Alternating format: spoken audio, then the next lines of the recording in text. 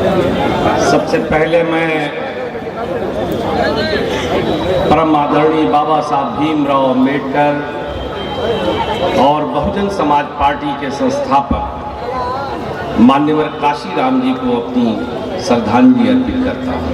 और इतना बड़ा हुजूम जाहिर है कि किसी ऐसे वैसे के लिए थोड़ी खड़ा होगा, ये कोई रुपया दे के लाया हुआ हुजूम थोड़ी है, ये तो अपना खर्च करके लोग खड़े हैं यहाँ पे आपकी मोहब्बत में। तो अरशद भाई किस अंदाज से आपको ये कहूँ कि अच्छा हुआ, चलो कुदरत कभी कभी मेहरबान होती है ना। ये हीरा हमारे पास आ गया यार, हम तो अपने को लकी फील करते हैं, प्राउड फील करते हैं बीइंग क्या कहूँ कि एक जिम्मेदार पार्टी का मेंबर होने के नाते मुझे ये अच्छा लगता है कि हम लोग अब एक खेमे में खड़े हैं, वरना ये भी कम पानी नहीं पिलाते थे हमको। सच्चाई तो यही है, लेकिन अच्छा लगता था उस वक्त भी, उस वक्त भी अच्छा था।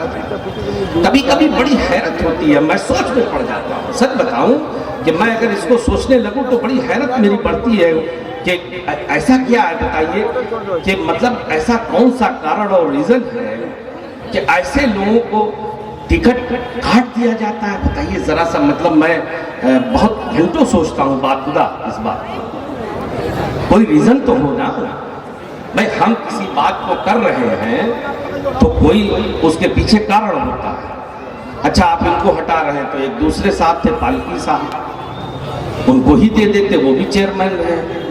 तो आप किसी ऐसे शख्स को ला रहे हैं जिसका कोई राजनीतिक वजूद तो नहीं है। इसलिए मैं ये बात कहने पे मजबूर हूँ आज कि उस बात को मुझे, इसको हम लोग हमेशा दो चार होते हैं इस बात से अरशद भाई कि बीएसपी बीजेपी की बी टीम अक्सर कहा जाता है, और जब हम जंग लड़ते हैं चुनाव में तो हमको इसको फेस करना पड़ता है। तो कभी कभी जब इस तरह के हालात पैदा होते हैं तो मैं इस काबिल जनता के सामने ये सवाल छोड़ के जा रहा है ये गुड्डू जमाली कि कभी अपने दिलों पे हाथ रख के मौका मिले तो इसका भी चिंतन मनन करना, आकलन करना, एनालिसिस करना कि असल में कौन बीटी है, कौन है बीटी, कौन है वो जो इस तरह के हीरो को खत्म करके। भैया एक मिनट, हम भटक जाएंगे, हमने कहा ना हम प्रोफेशनल नेता नहीं है, बोल रहे तो भटक गए तो गड़बड़ हो जाए। मैं इस बात को सोचता हूं जब, तो मैं ये कहने पे मजबूर हो जाता हूं कि कौन असल में कौन बीटी है और कौन वो दल है जो हमारी लीडरशिप या उन लोगों को खत्म करना चाहता है जिनके अंदर कुछ सलाहियत है, कुछ उनकी शख्सियत है जो कम्युनिटी को लीड कर सकते हैं, आवाज बन सकते हैं हमारे। और एक बात और बताऊं अरशद भाई, एक चीज का और बड़ी खुशी हुई देख के, वोटों की गणित से हिंदू मुसलमान का नारा लगा के ये तेरा ये मेरा करके एमपी एमएलए बना जा सकता है, वो कोई बड़ी बात नहीं है। मैं अक्सर कहता हूँ, देखो मैं भी मुबारकपुर से 2 बार एमएलए हुआ और बड़ी कठिन परिस्थितियां थी। एक बार जब जीता था तो उस वक्त भी सपा के 9 एमएलए जीते थे, मैं ही वहां खड़ा था जिसको मैंने वहां आके रोक दिया था। और 17 में भी जीता था जब उनकी सरकार के बाद इलेक्शन हुआ। मेरी एमएलएशिप आज अगर मैं नहीं हूं तो मुझे उसका कोई गम नहीं है, लेकिन वो याद आ जाता है इन बातों को कि कैसे हमारे लोगों को जो किसी लायक है, जो कुछ कर सकते हैं, उनको साजिश करके खत्म किया जाता है। जब किसी को लड़के नहीं हराया जा सकता, उसको हटाया नहीं जा सकता बैलेट से, तो फिर साजिश की जाती है। मैं उसमें नहीं जाऊंगा, लेकिन मैं भी उसी साजिश का मारा हूं। और ये आज जब मैं ये देख रहा था तो मैं ये जो भीड़ देखता हूं यहाँ बैठे हुए लोगों को, एक एक को बड़ा गौर कर रहा था। तो मैंने इसलिए कहा कि वोटों की गणित से, मैं तो मुबारकपुर में था, 1 लाख सवा लाख वहां भी वोटर है, 1,10,000। एक भी मेरा कोई वीडियो, कोई स्पीच अगर दिखा दे कि शाह आलम गुड्डू जमाली ने अपने लोगों के बीच में खड़े होकर के ये कहा कि मुझे इसलिए खाली वोट दे दो कि मैं तुम्हारा हूं, मुस्लिम समाज का। मैंने हमेशा कहा कि लीडर चुनना हो तो ऐसे लोगों को चुनो जो मेरिट पे लगता है सही गलत है, इस लायक है कि आपका रिप्रेजेंटेशन कर सकते हैं, आपका प्रतिनिधित्व कर सकते हैं। और मुझे घमंड है ये देख करके कि ये शख्स इस लायक है, इसके लिए कोई हिंदू नहीं बैठा हुआ, मुसलमान खाली नहीं बैठा हुआ है, यहाँ समाज का हर तबका बैठा है, जितने मुसलमान उतने हमारे हिंदू भाई बैठे हैं। मैं हमेशा कहता हूँ, और मेरे जैसे लोग जो नेता बाद में पहले एक सामाजिक कार्यकर्ता, मैं हमेशा मंचों से कहता हूँ, न तेरा है न मेरा है, ये हिंदुस्तान सबका है। नहीं समझी गई ये बात तो नुकसान से। ये जो जिक्र कर रहे हैं, अभी कर रहे थे हमारे भाई सालिम, कह रहे थे कि सरकार ये कर रही है, सरकार वो कर रही है, ऐसा कर रही है। अरे भाई, तो उसी पे तो चली रही है, उनके पास कोई मेरिट है बात करने की? कोई कुछ है बताने के लिए कि हमने ये काम किया? हमारी माँ, हमारी बीवी बीमारी से मर जाए, किसी को कैंसर है, किसी को हार्ट की बीमारी है, उसकी बात मत करो हमसे। मैंने ऐसे लोगों को देखा अक्सर, चूंकि मैं लखनऊ में भी रहता हूँ, और अल्लाह का शुक्र है कि मैंने कहा ना कि मैं नेता अच्छा नहीं हूँ, मगर अल्लाह ने मुझे भी बड़ा नवाजा, मैं जिंदगी में बहुत कामयाब हूँ। मैं इससे अपने बच्चों की कफालत नहीं करता, ये तो एक बीमारी पाल लिया है, वरना मैं इस देश के अच्छे रिस्पेक्टेड इंडस्ट्रीज में से एक हूँ। मैं दिल्ली में भी रहता हूँ, नोएडा में भी रहता हूँ, दुबई में भी रहता हूँ। मैंने देखा अक्सर मेरे पास सैकड़ों फोन आते हैं, और जितने फोन आते हैं उसमें से आधे फोन खाली इसलिए आते हैं कि गुड्डू भाई जरा पीजीआई में कह दीजिए बेड मिल जाए, बीएचयू में कह दीजिए बेड मिल जाए, किंग जॉर्ज में कह दीजिए बेड मिल जाए। मैं अपने हिंदू भाइयों आपसे कहना चाहता हूँ, ये बात मैं आपसे कहना चाहता हूँ कि क्या हमने सरकारें हिंदू मुसलमान का खून बहाने के लिए बनाया, मंदिर मस्जिद के झगड़े के लिए बनाया? सरकारें तो इसलिए बनाई जाती है ना कि हमारे नौजवानों को रोजगार मिलेगा। खुदा कसम मेरी आंख से आंसू निकलता है। मैं भी एक सेंट्रल यूनिवर्सिटी का पढ़ा हुआ लड़का हूं, और स्ट्रगलर हूं, बसों से चलता था, स्कूटर से चलता था, तब जिंदगी ने यहां तक पहुंचाया मुझे। जब मैं किसी नौजवान को देखता हूं तो मुझे अपना कल गुजरा हुआ याद आता है। पीजी किए हुए, ग्रेजुएशन किए हुए, एमबीए, इंजीनियरिंग, बड़ी बड़ी डिग्रियां करे हुए, मारा फिर रहा है 10,000, 15,000, 20,000 की नौकरी की। हम ऐसे देश में जीते, हम ऐसे देश में जीते, ऐसे प्रदेश में जीते हैं कि हम अपनी आंखों से देखते हैं कि हमारी माँ मर रही है, इसको कैंसर है, मगर हम बेड नहीं मिलता उसके इलाज का, उसको दवा नहीं मिलती। तो मेरे हिंदू भाइयों, ये शाह आलम गुड्डू जमाली आपसे कहता है कि ये जो हो रहा है आज, अगर इसको बदलना है तो कोई चारा नहीं। इसके बारे में हम सबको बैठ के चिंतन मनन करना, तभी बदलेगा। क्योंकि मजहब आस्था की चीज है। नफरत, दुनिया का कोई मजहब नफरत नहीं सिखाता, दुनिया के किसी मजहब में नफरत की कोई गुंजाइश नहीं है। तो फिर आखिर ऐसा क्यों है, और क्यों हम इनकी बातों में आते हैं? क्योंकि अगर हम इनकी बातों में ना आए और हम इनसे सड़कों पे रोक के पूछना शुरू कर दे कि भाई हम तुमको वोट क्यों दे, तुमने क्या विकास किया, कितनी नौकरियां दिया, कितने लोगों का भला किया, कितना हमारे यहाँ इंडस्ट्री लगाई, तो शायद माहौल बदल जाए। लेकिन क्या होता है जब चुनाव आता है, खाली क्या, हमने आपको मंदिर दे दिया, मस्जिद दे दिया, हमने आपको सम्मान दे दिया, कि गौर से कहो हिंदू, हमसे रोटी मत मांगो, हमसे नौकरी मत मांगो। तो मेरे भाइयों, इसलिए ये बात आज कही, आप लोगों को देख करके कहने का हौसला हुआ कि ये बहुत चिंतन मनन का बात है। और जो दूसरी पार्टी है ना, समाजवादी पार्टी, अपने लोगों से कहता हूँ और बहुत अदब से गुजारिश करके इस बात को कह रहा हूँ, तो खुदा के लिए पहले तो एक बात ये बनाओ कि हम किसी को हराने जिताने के ठेकेदार नहीं,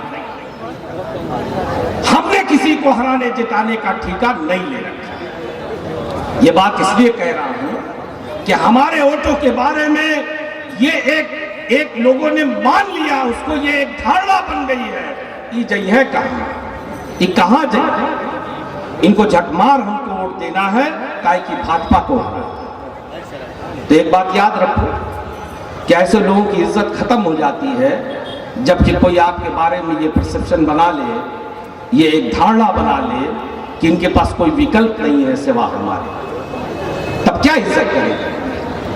इज्जत तो तब ना होगी जब उनको ये लगे कि हम टेढ़े होंगे तो ये हमसे ज्यादा टेढ़े हो जाएंगे, या हम इनके हक हिस्से पे हाथ डालेंगे तो ये हमको ठीक कर देंगे, तब हम भाई मैं एक सवाल और पूछता हूं इस मजमे से, किस मुसलमान को इस प्रदेश का मुख्यमंत्री बनना है? किस मुसलमान को बनना है? हमें अपनी औकात मालूम है। मैं तो ये सदन में कह चुका हूं, भरी सदन में भाजपा के लोग थे, मुख्यमंत्री भी बैठे थे।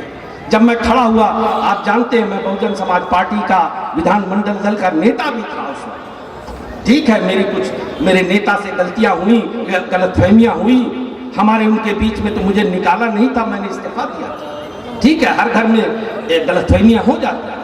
मैं तो वहां आसमान पे बैठा था और नेता था अपने दल का। जब मैं खड़ा हुआ बोलने के लिए तो मुख्यमंत्री बैठे थे और भाजपा के सारे लोग बैठे थे। मैंने कहा कि आपने एक धारणा बना रखी है, आपने गलतफहमी एक बना लिया है कि मुसलमान आपसे नफरत करता है, आपको हटाना चाहता है। ऐसा कुछ नहीं है। हमने किसी को हराने जिताने का ठेका नहीं ले रखा है, हमारी मिल्लत इसके ठेकेदार नहीं है। अगर हम चाहते हैं तो सिर्फ इतना चाहते हैं कि सूबे में जो भी सरकार हो वो धर्म और नाम जाति उसका वेशभूषा देख करके उसके साथ भेदभाव न करे। हम सिर्फ इतना चाहते हैं, ये प्रोसीडिंग में है, कोई चाहे जाके देखे। इस गुड्डू जमाली ने कहा हुआ, हमने कहा हम तो सिर्फ इतना चाहते हैं, हमारे लोग, हमारी मिल्लत के लोग ये चाहते हैं कि हम भी इस जमीन के, इस शहर के, इस देश के बावकार शहरी हैं, लिहाजा हमें भी इज्जत से जीने का हक है। हमारे चेहरे पे दाढ़ी है, टोपी है, इसलिए जुल्म होगा हम पे? तो अगर इसलिए जुल्म होगा तो बहरहाल हम ना बिगाड़ पाए कुछ, वो अलग बात है, कोशिश तो करेंगे आपको हटाने। तो आप अगर अपने को बदल लो तो हमें क्या परेशानी है? आप हमें गालियां देना छोड़ दो, हमें क्या परेशानी है? क्योंकि मैं जानता हूं कि किसी मुस्लिम समाज को मुख्यमंत्री नहीं बनना है, हमें अपनी औकात मालूम है। इसलिए ये बात क्यों कही मैंने, जेके मुख्यमंत्री बने क्यों जाके लड़ा, तो हम सबके ठेकेदार हैं। भाई आप मुख्यमंत्री बनेंगे, मैंने अक्सर सुना है कहते हुए, इसलिए ये बातें आज कह रहा हूं कि मैंने बहुत सुना कि मुस्लिम समाज के लिए बहुत किया सफाई। अरे क्या किया भैया? किया होता तो ये दुर्गत होती, हमारे ऐसे नौजवान ये फैला होता। लेकिन चलिए अगर मान भी ले कुछ, तो किसने ज्यादा किया? आपने कुछ हमको सरकार बनने के बाद दिया होगा ना, जो भी छोटा मोटा खुर्चन दिया। मेन तो कहाँ बढ़ता वो भी सब जानते हैं, मगर मैं उस पर नहीं जाना चाहता। हमारी इस कौम ने तो आपको पूरा प्रदेश दे दिया 4 बार। अगर आप न होते, बताओ, अगर मुस्लिम समाजवादी को वोट न करे तो क्या इनकी हैसियत है सरकार बनाने की? है हैसियत, लेकिन है ये विडंबना कि लेने वाला कहता है कि नहीं हम तुम्हें देते हैं, और अफसोस की बात यह है कि उसके बाद भी आप नहीं समझते।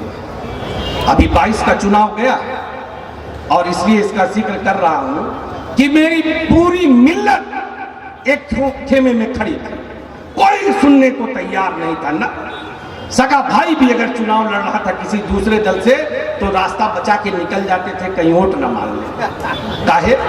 ऐसा थोड़ा था कि भाई से मोहब्बत नहीं थी, लेकिन एक खप था कि सरकार बदलना है। अभी कुछ ना बोलो, सरकार बदलना है। ठीक है, वो भी मैं समझता हूँ, उस दर्द को भी समझता हूँ, जायज है, चूंकि तकलीफ में है, ये सरकार जालिम है, नाइंसाफी करती है हमारे साथ, उसको बदलना चाहते हैं, हम भी चाहते हैं। लेकिन जब इतना पोलराइजेशन होने के बाद जिस तरह से वोट पड़ा उत्तर प्रदेश में, अब तो मैं नहीं समझता कि दोबारा उतना पोलराइजेशन भी हो पाएगा। इतिहास में जितना 22 के असेंबली के चुनाव में जिस तरह से हमारी कम्युनिटी ने पोलराइज होकर के एक समाज को, एक पार्टी को वोट दिया, उससे ज्यादा अब मैं नहीं समझता कि कोई नया करिश्मा होने वाला है। तो क्या बदल गया? इतना सब कुछ करने के बाद क्या बदल लिया हमने? क्या बदला? और इसलिए इस बात को कह रहा हूं कि कभी नहीं बदलेगा, ये भी आज जान लो, क्योंकि जिस रास्ते पे हम चल रहे हैं वो रास्ता दरअसल गलत है। जिस पे हम भरोसा लगाए बैठे हैं उनके जेब में दम नहीं है। जेब का जिक्र इसलिए कहा कि ये भाषण, इस मंच से मैं भाषण दे रहा हूं, इस भाषण से सरकार नहीं बदलेगी। सरकार बदलेगी बैलेट की ताकत से, वोटों से बदलेगी। हम इस मंच से चाहे कितनी भी बड़ी बातें कर लें, अगर हमारे पास वोट नहीं है तो हम कुछ नहीं बदल सकते। और एक और भी बात सुनी क्या, वो तो सब जानते हैं। जब गिनती शुरू हुई तो लोग कहें यार बीएसपी बड़ा कमजोर हो गई, बीएसपी की खत्म हो रही है, एक का एमएलए जीता, 13% वोट मिला।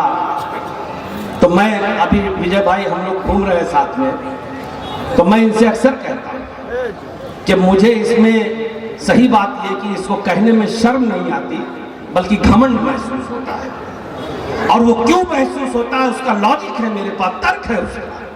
क्योंकि वो चुनाव था कि जब बहुजन समाज पार्टी के सारे प्रत्याशी पूरे प्रदेश में जहां से भी लड़े, 1000, 2000, 3000 वोटों की कसम नहीं खाता मैं, वरना जो भी वोट मिला, कहीं 40 मिला, 50 मिला, 55 मिला, जो भी वोट मिला, एक समाज जिसको हम एससी भाई कहते हैं, दलित भाई कहते हैं, उसको छोड़ के किसी और का एक भी वोट नहीं।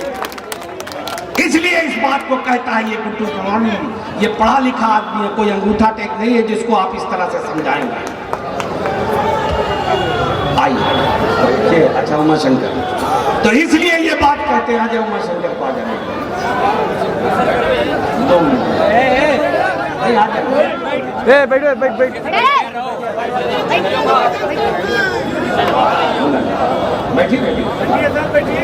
अरे कुर्सी आइए उमा शंकर भाई, आइए बैठिए। तो इसलिए ये बात कहता है गुड्डू जमानी। ए भाई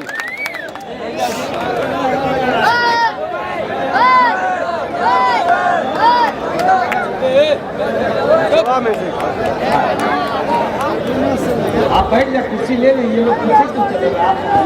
अरे कोई बात नहीं है, कोई बात। इसलिए इस बात को कहा गुड्डू जमानी ने कि जब इस बात पे चर्चा होती है कि बहुत कम है, तो भी जिस पार्टी के सहारे हम चलना चाहते हैं, तब भी उसकी आबादी से, उसके बेस वोट से हमारा वोट तब भी डबल था। क्योंकि सारे लोग जानते हैं इस बात को कि जिस पार्टी के भरोसे हम बैठे उनकी मात्र आबादी ही 7-8% है। तो मेरे भाइयों, मैं आपसे एक बात जो कहने की कोशिश कर रहा हूं कि अगर कुछ बदलना है तो पहले हमें अपनी सोच को बदलना। और उसके बाद क्या हुआ, उसके मात्र 2 ही महीने बाद उस इलेक्शन के आजमगढ़ में इत्तेफाक से बाई इलेक्शन हो गया। बहन जी ने मुझे कहा बुला के कि जमाली तुम लड़ो, और हम लोग 22 दिन, सिर्फ 22 दिन चुनाव लड़े। ओनली 22 डेज, 22 दिन के उस चुनाव में हम लड़ करके 13 को हमने 30 कर दिया। जब हम संगठन होकर लड़े और हमारा समाज खड़ा हुआ मेरे साथ, तो हम कहां पहुंच गए 22 दिन में? 13 से 23। इसलिए इसको जोर दे रहा था और अपने लोगों को ये गणित बता रहा था। हाँ, बस मैं अपनी बात खत्म। और वो तो मैं कहता भी नहीं, लेकिन चूंकि ये जो पाखंड करते हैं, इसलिए मुझे ये बात कहनी पड़ी कि इस बात को आप लोग समझिए। अगर आप सूबे में इनके अंदर ताकत नहीं है भाजपा को रोकने की, अगर कोई रोक सकता है तो बहुजन समाज पार्टी रोक सकती है। इसलिए कि 30 को 35 होने में ज्यादा टाइम नहीं लगेगा, मात्र 2-4% की कमी है।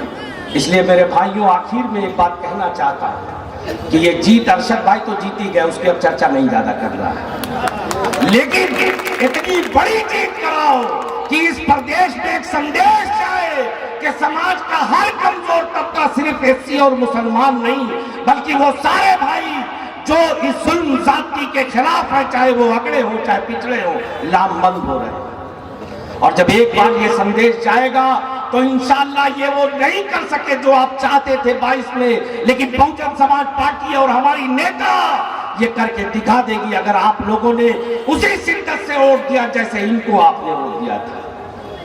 इसलिए मेरे भाइयों, एक संदेश देके अपनी बात को खत्म कर रहा हूं कि मैं चाहता हूं निजामे कोहन बदल डालना, मगर ये बात फकत मेरे बस की बात नहीं। उठो उठो मेरी दुनिया के आम इंसानों, ये काम सबका है, 2 4 10 की बात। अगर इन्हें लड़ना है तो हम सबको एक साथ खड़ा होना पड़ेगा। अपने हिंदू भाइयों से भी कहता हूं जो इसको बदलना चाहते हैं या अच्छी सोच के। खुदा हाफिज। और इसी के साथ अरशद भाई के लिए उठ के अपील करता हूं, खुदा हाफिज।